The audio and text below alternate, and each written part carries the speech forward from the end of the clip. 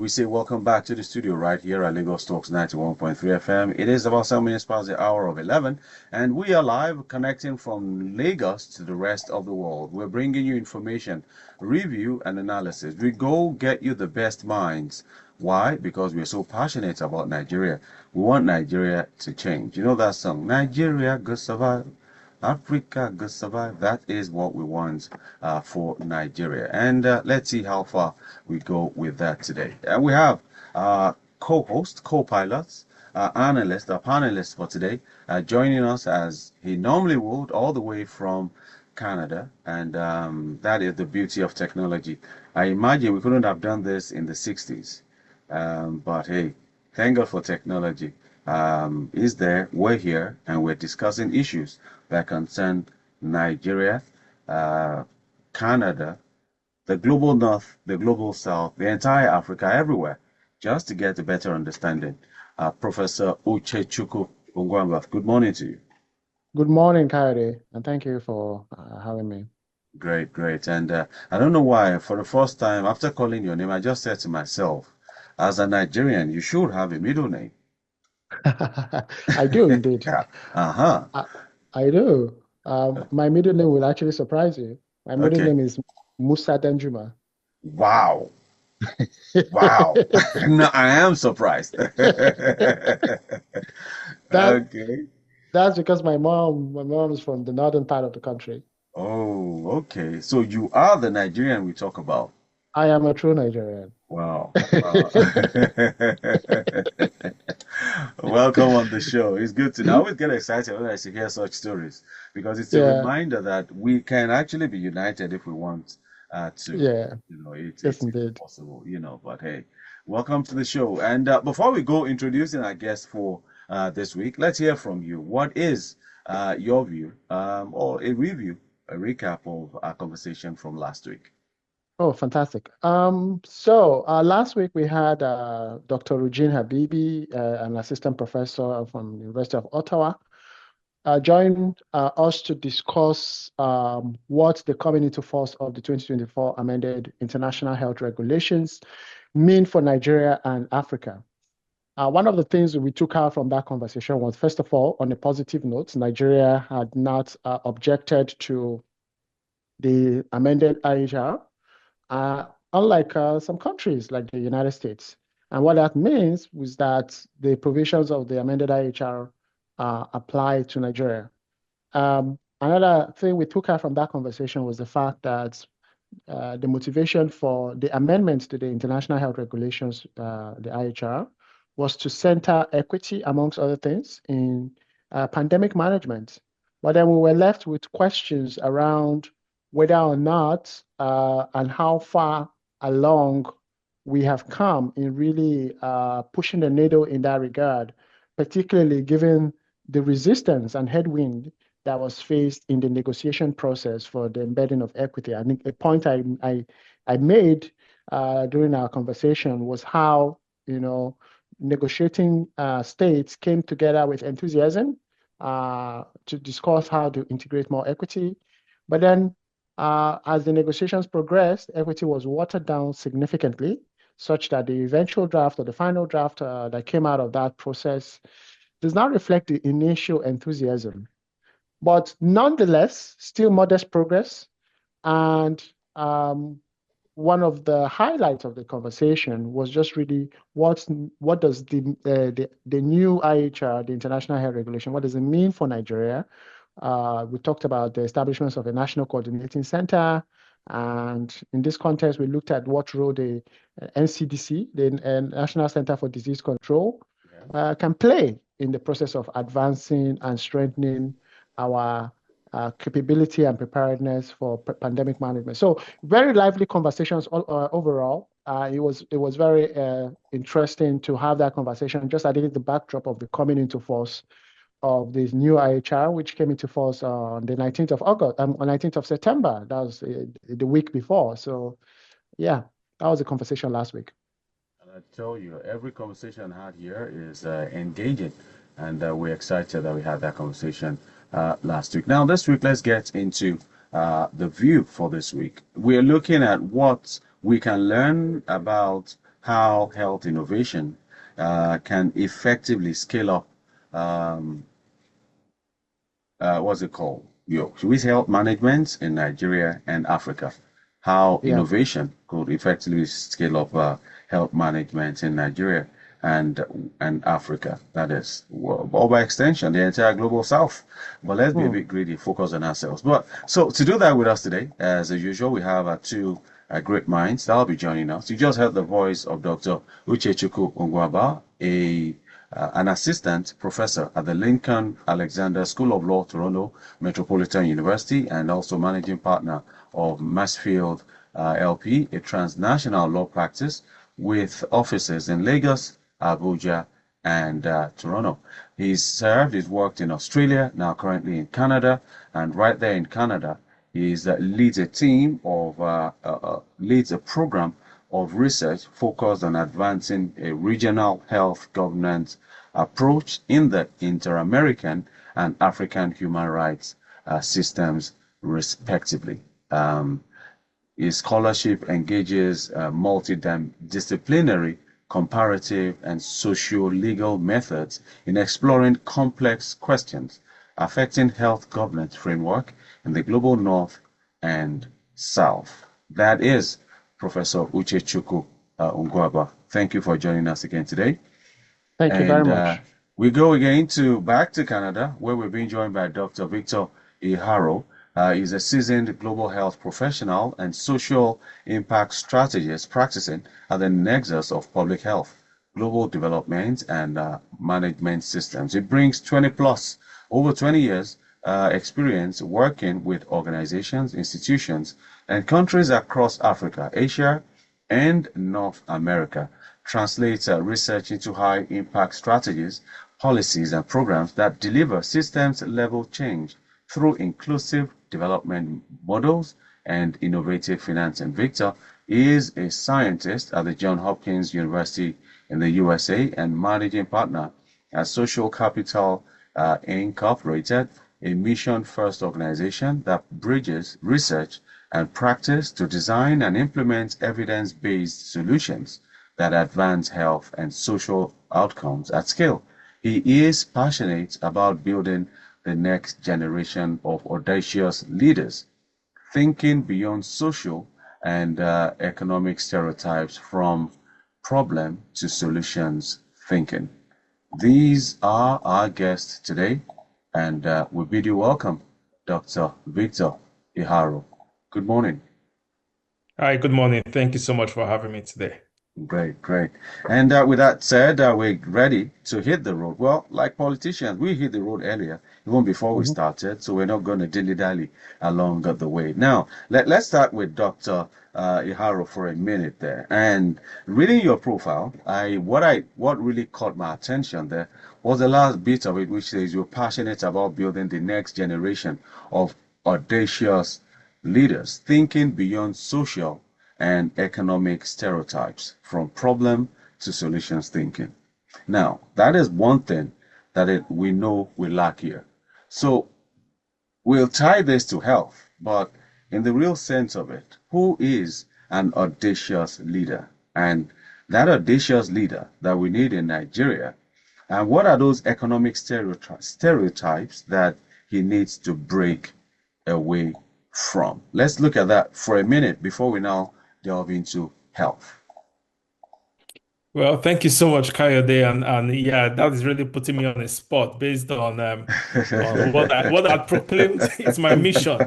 Yeah, but it's a very important question that you have brought up, and I'm very happy to share that one of the things that has actually motivated me in my personal and professional life is really just looking around the corners. I call it looking around the corners because oftentimes we are so embedded in um, problems that we had even inherited from previous generations and problems emerging in our own generation that sometimes, if we are not careful, we just get sunk into the ideology of thinking that there's a savior coming to save us rather than thinking that we can actually be we can contribute to solving the problem in our little way. When we talk about leadership, oftentimes we think about structural leadership. We say, who is a leader? And everybody is pointing to, the local government chairman, the senator, the president, the governor. No, we are all leaders in some ways. From the lecturer that, is sitting in that office that is supposed to provide knowledge and score students fairly, to the nurse and the doctor in the facility that has a duty of care to every client that walks in, to the employee in an organization that has been paid to deliver 40 hours of work or 35 hours of work, but they spend half of that time doing other things and not being able to, support their community, or to the person that vandalizes,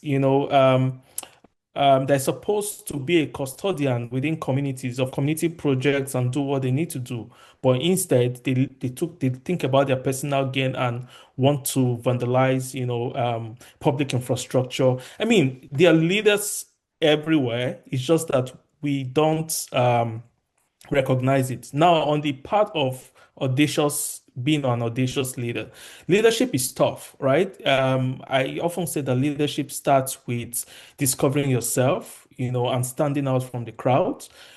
Sometimes you have to stand up for something. And like it said, if you don't stand up for anything, if you don't stand up for something, you fall for anything. So building that mindset of seeing ourselves as leaders in every sphere of influence, creating our own personal philosophy and standing up for what we need to stand up for, and looking at how do we solve the problems around us rather than contributing to either complaining about it or worsening it. That is actually the process of building audacity in leadership. All right, and that means that we all have a responsibility. And like you said, Absolutely. that from that person who is paid to work for 10 hours or 8 hours and only puts in 3 hours. And when a colleague complains, he tells you, I too know they worry you. Now you know Mm. everything. Now you they pay me. Now your business, Yeah. eh? Mm. Well, Wasabi kill you there. I don't know why I'm just reliving. I'm not saying I've been told that, but I'm just. But anyway, now let's get into this, and with all this, let's even look at how can we adapt this to health innovation, because Mm. we look at all that the problems you've listed, and we're talking innovation when we've not even maximized the basic health possibilities around us. So, Mm. when you talk innovation in this case, looking at the Nigerian context, what should we be looking at in terms of health innovation? I don't know if Prof is taking that. Okay, let me have a quick Yeah. first bite, and then I'll let Victor comment. Um, so we've been for a couple of weeks now, we've been discussing technology in health. We've talked about AI, we've talked about digital technologies and all of that. Now, I think there is a pattern that is kind of very rapidly emerging, which is to say that Africa is the site of technological uptake in the health sphere.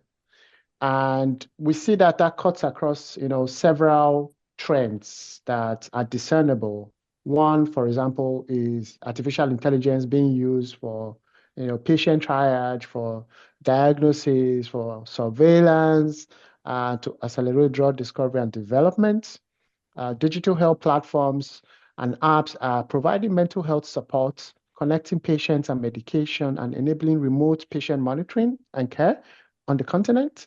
We have telemedicine. Telemedicine has been with us for a while. Telemedicine, where uh, digital platforms are being leveraged to extend healthcare services to remote and resource limited areas and address doctor shortages, also providing essential patient care.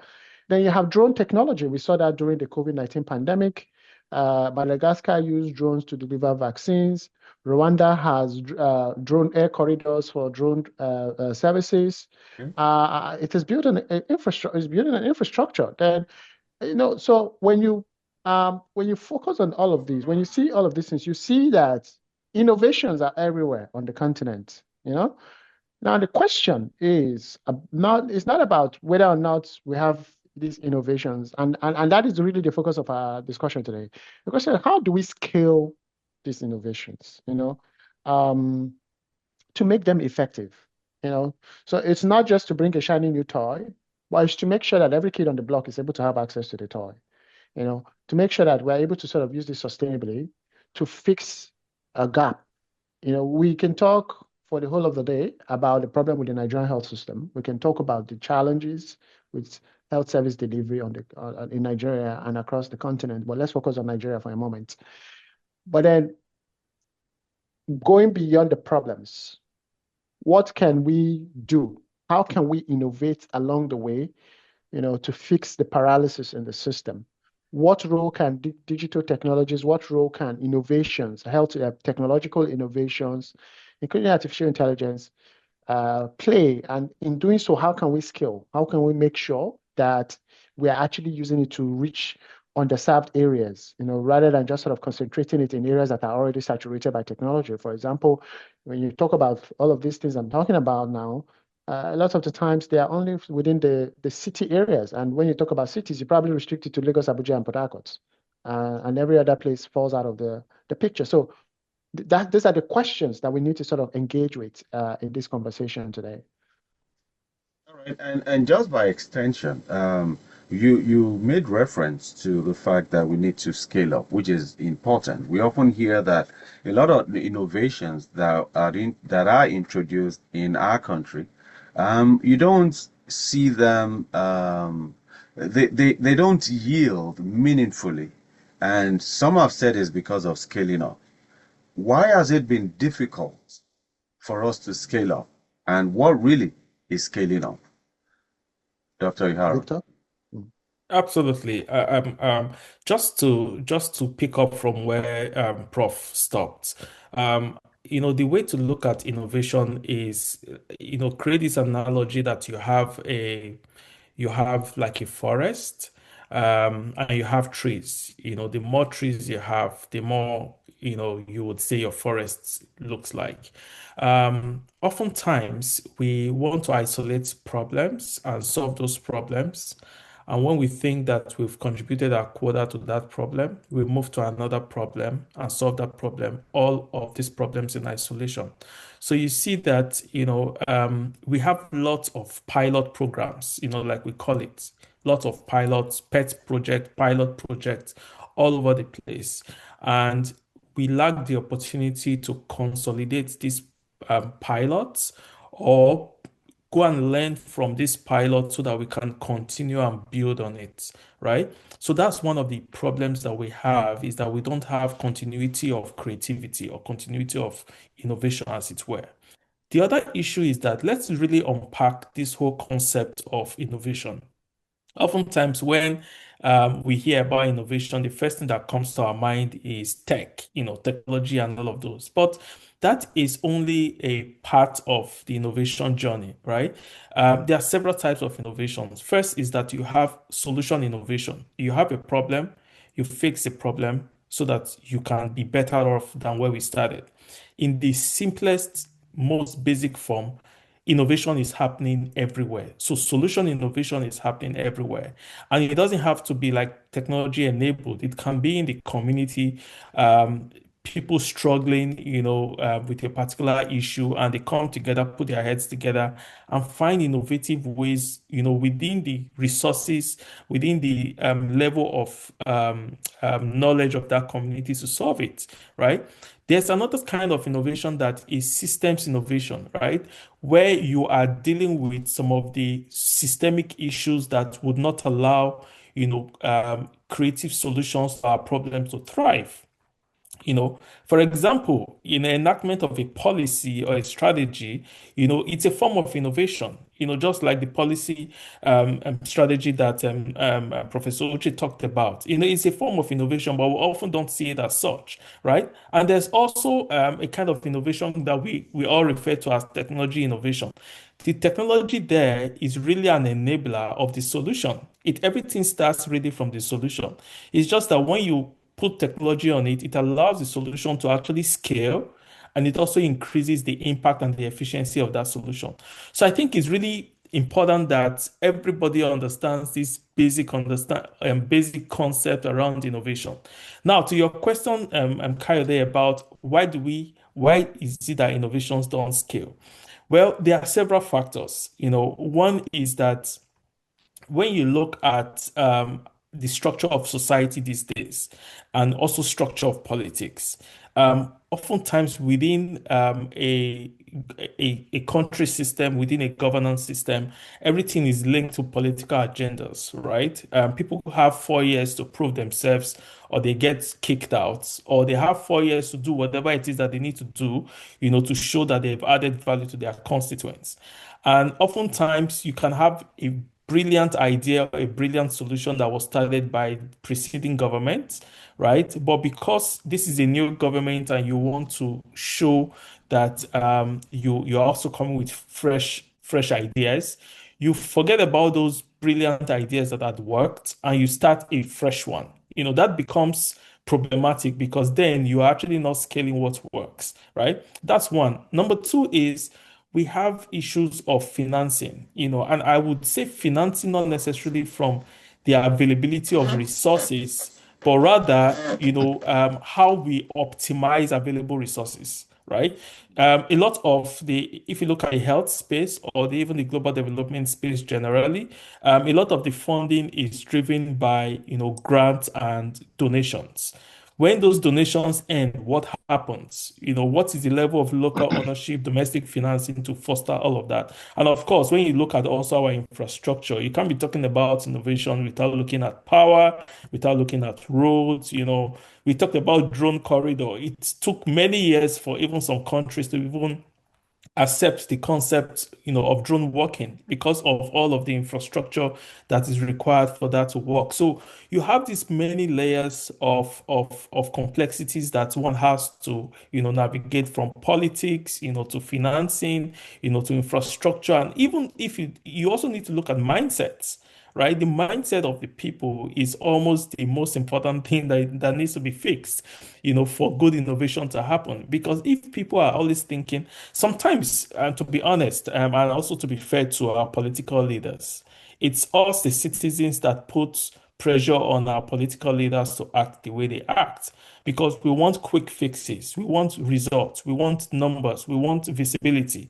And so, as politicians, you have to weigh what is important to give to the people at this point in time. And so, they look at the lowest hanging fruit, and sometimes it is high visibility but low impact. But that is what the people want. And finally, I also just want to say that there is this concept of cultural alignment that needs to be built into every innovation. There is no one size fits all to all the problems. All the solutions might look similar, but there's the role of cultural alignment in the innovation journey. What a community would use to solve the same problem within that community may not be the same approach that another community will use in solving that same problem. So there's really need for us to look at the role of cultural alignment in fostering innovation, especially when you're taking innovation to scale. And looking at the approach you've given to it right now, talking about the people, I mean you said it partly there because I was asking myself when you started talking about some of the challenges. I said, does it mean that the people themselves might need to scale up? Because if our demands and expectations are higher, then the pressure on government might be higher. And bringing it to health, does it mean that if your expectation of a quality service is higher, then it means that all the health sectors will not have a choice but provide that kind of service. But looking at that again, in an event where we have listeners that tune in every day and they're like, we need to scale up, and they scale up, they go to hospitals and demand that this must be done. And if we don't scale up, if you don't provide certain basic services, we would not use this government hospital or private hospital. And you know that maybe that is the only one in that area. How do you compel such a hospital to scale? But that's a very that's a very important and tough question. I don't know. Uh, Victor, you seem to have some ideas. Let me just have a first crack at this. So the question you've raised really touches on something that goes beyond just innovation and scaling up. You're talking about issues that have to do with governance and has to do with how we view, our role as citizenry. Unfortunately, I think that the citizenship project in Nigeria has been a very failed project. When I say so, I mean that what is the idea? What is the idea of the average Nigerian about what it means to be a Nigerian citizen? What does that when they ask themselves that question, do they have an idea what it means to be a Nigerian citizen? What do you think as a citizen of Nigeria? What do you think you owe Nigeria, and what do you think Nigeria owes you? These are conversations that I don't think we have had in our civic education classes. Maybe we've had them, and maybe we're no longer sort of having them. But for some reason, I get a feeling that as a collective, we have lost the paradigm in the country, and that is why we have anyhowness happening in the country, where people just do things anyhow.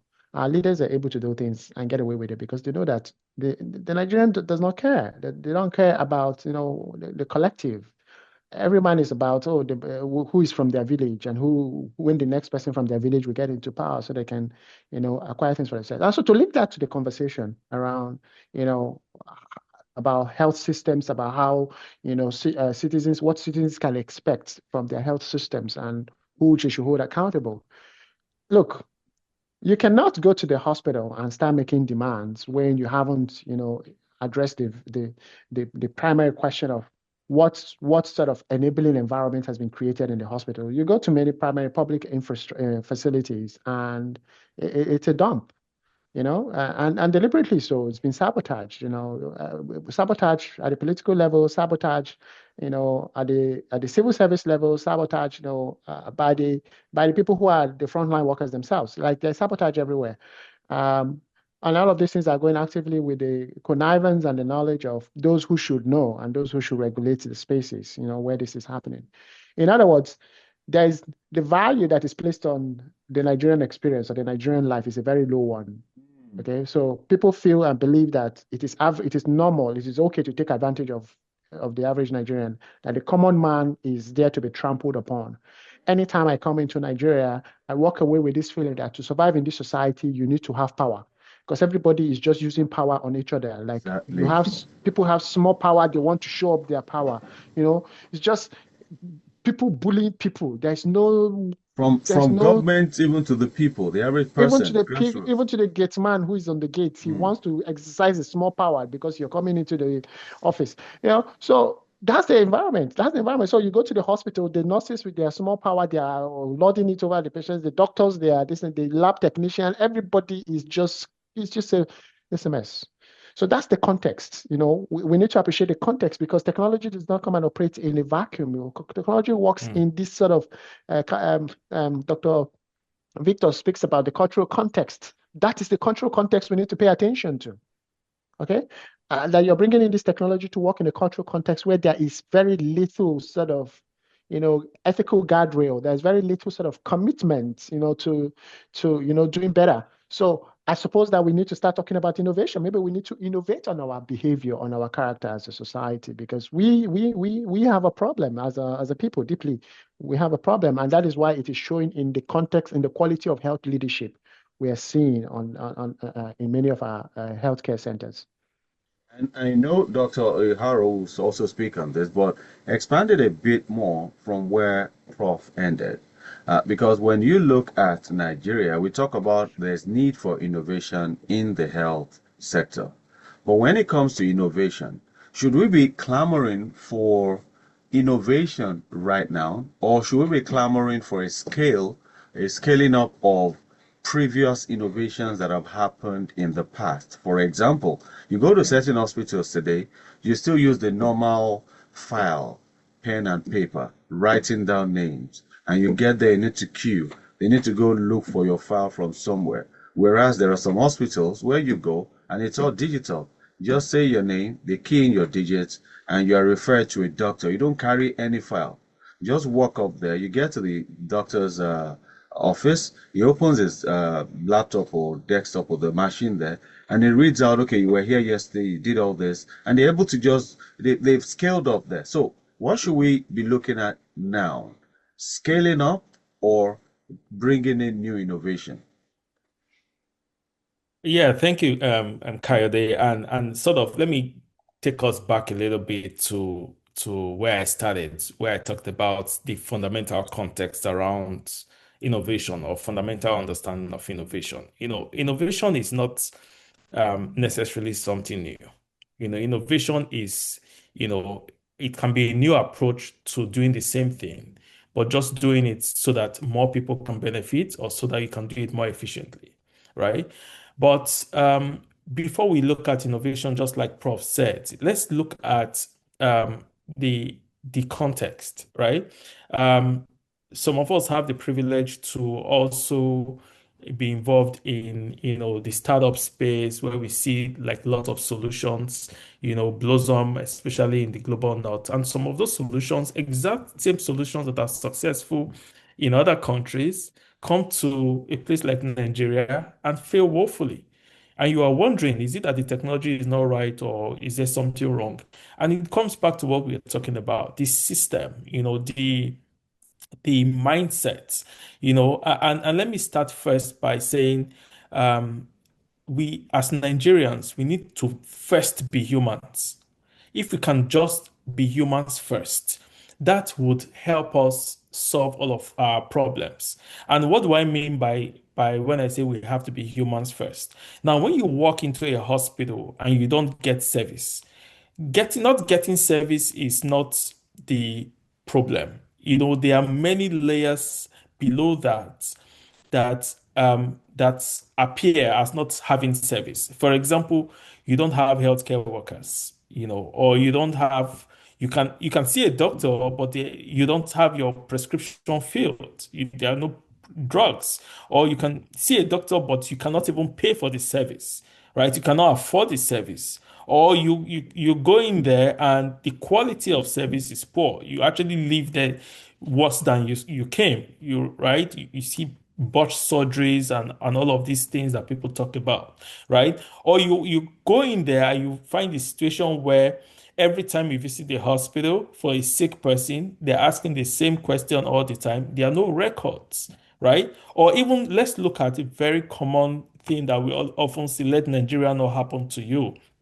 There's an emergency and somebody is rushed to the hospital and they start demanding for deposit, they start demanding. How do you demand for all of these things from somebody that is on the edge and just trying to live? Why don't you provide? And that's because there's very little trust that if I provide this service, how am I sure that if the person makes it, they will be able to pay, their family members will be able to clear the bills and all of these things. So there are many layers that actually make up a functioning health system that we need to look at. And the World Health Organization very well prescribed these into the health systems building block, right? That before a functioning health system, you need to look at all of these things. You need to look at infrastructure, you need to look at technology, you need to look at data, you need to look at human resources, you need to look at commodities.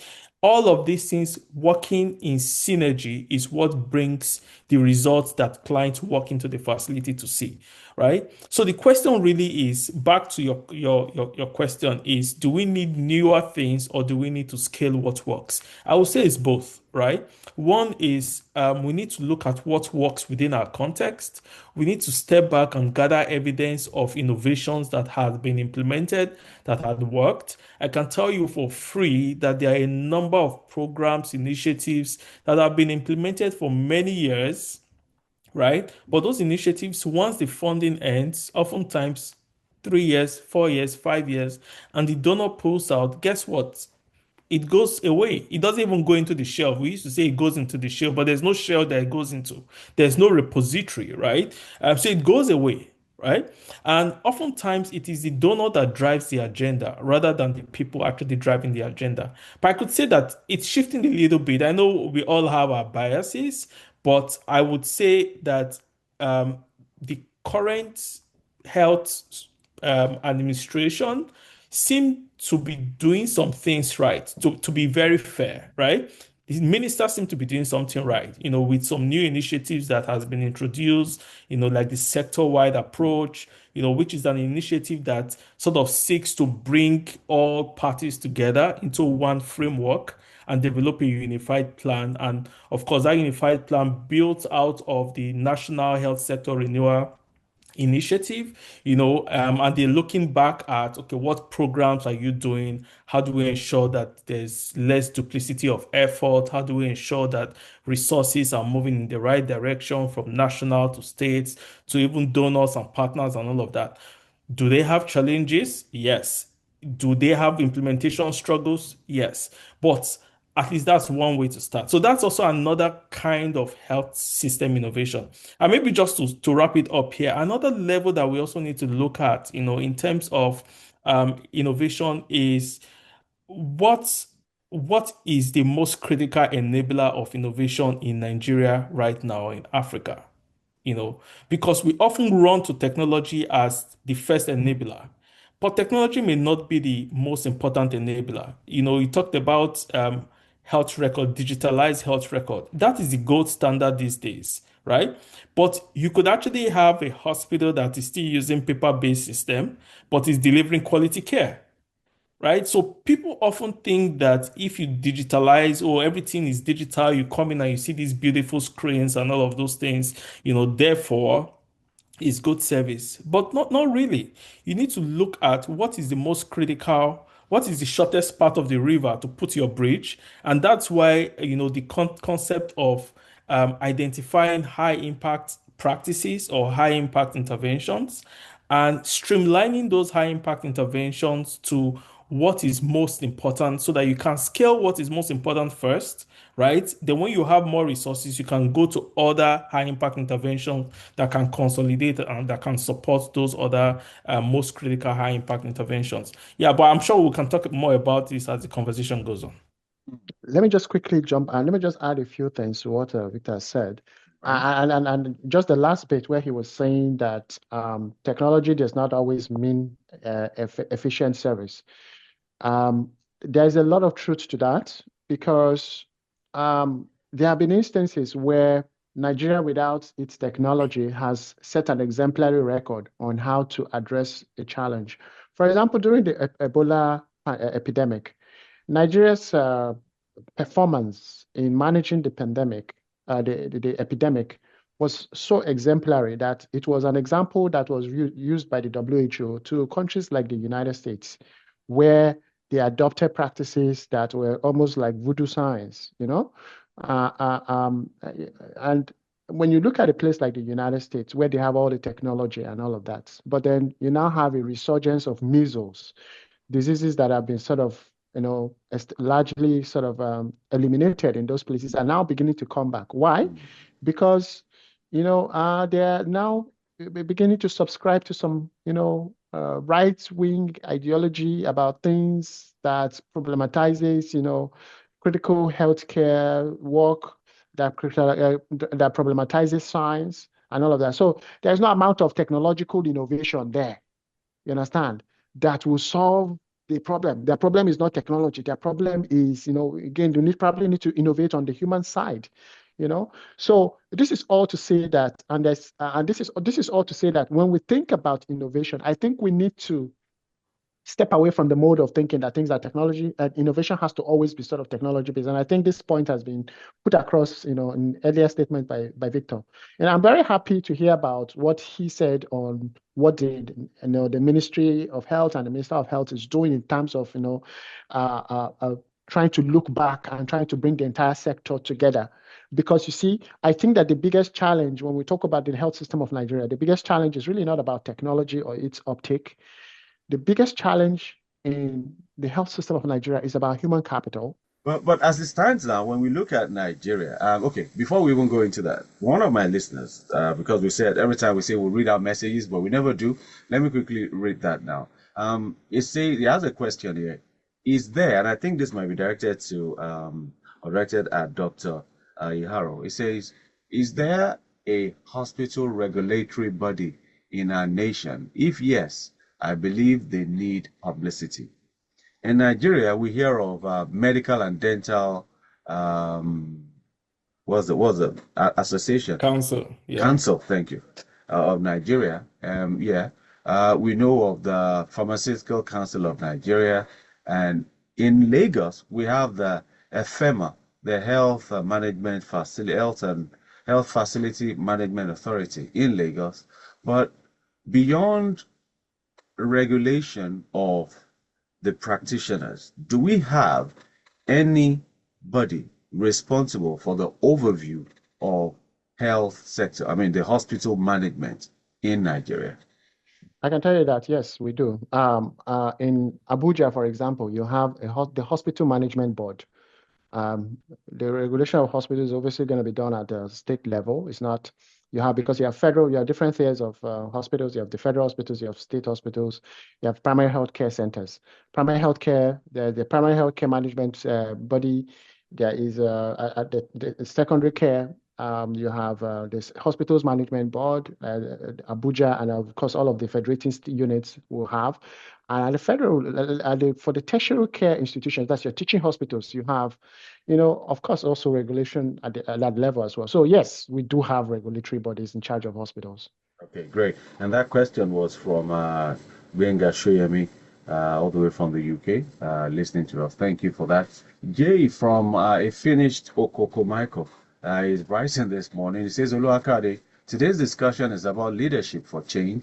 And I love the fact that our guests isolated and clarified the meaning of leadership and leading at micro level. Oluwakade, people can't have expectations about what they are ignorant about in health and in healthcare and ethical values. Oluwakade, it's vital that every phenomenon about Nigeria that is discussed driven by research and researchers, not mere policymakers and politicians. Thanks for promoting research-based discussion or discuss and solutions. Jay from Okoko speaks there. So in all this now, since, I mean, talking about the health management bodies that you spoke about, I mean, you were right. I never even thought of the Primary Healthcare Board, which is responsible for regulating the primary healthcare services, and they work with the states. But in spite of all this, how do you advise? Because in a lot of the conversation we have this morning, you consistently highlighted either the lack of will or the lack of capacity or the lack of funding to push all these innovations to scale. So all those that design health systems for governments, I mean, you just spoke now about Dr. Iharo traveling the world and moving with different countries, Prof. Ngwaba doing research and influencing decisions in the global north and south. How do all you who want to upscale all the innovations that are happening in Nigeria, how do you navigate political powers? Or maybe I should start by saying, how have you been navigating political powers? Okay, that's a very interesting question. Okay, so I think we need to rethink our frame when we talk about political power. There's a lot that earlier I mentioned about what does it mean to be a Nigerian citizen. There's a lot of influence or impact that the average Nigerian can actually make on our so-called political elites.